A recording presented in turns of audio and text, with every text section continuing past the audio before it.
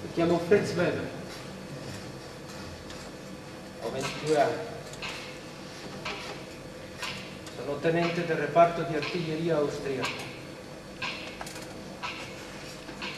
Sono le 2 del mattino, del 24 ottobre del 1917.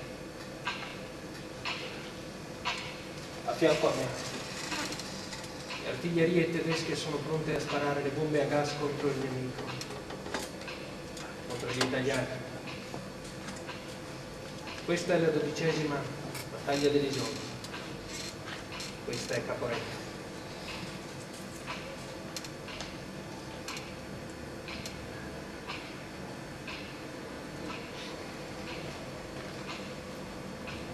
Il bavero del cappotto rialzato, le mani sprofondate nelle tasche.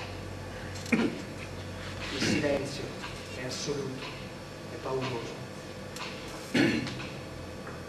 La lancetta fosforescente dell'orologio cammina adagio e i quarti d'ora sembrano durare un'eternità. Fa freddo. Le palpebre si chiudono. Sono stanco. Sembra che il tempo non voglia passare. Ancora 3 minuti. 2. 1. Ad un tratto, un rombo fragoroso irrompe nella valle, di monte in monte.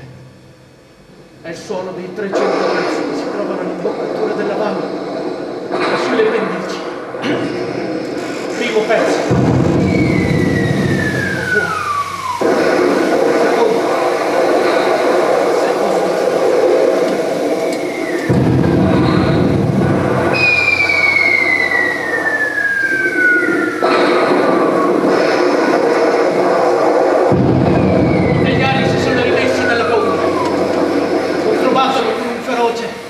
Attacco di controbatteria, ma a poco esso diminuisce, fino a cessare del tutto.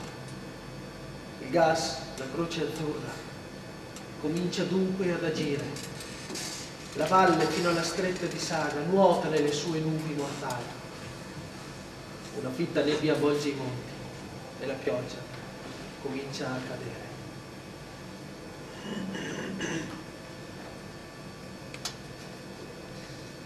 Sono le 4:30. Al fragore succede il silenzio.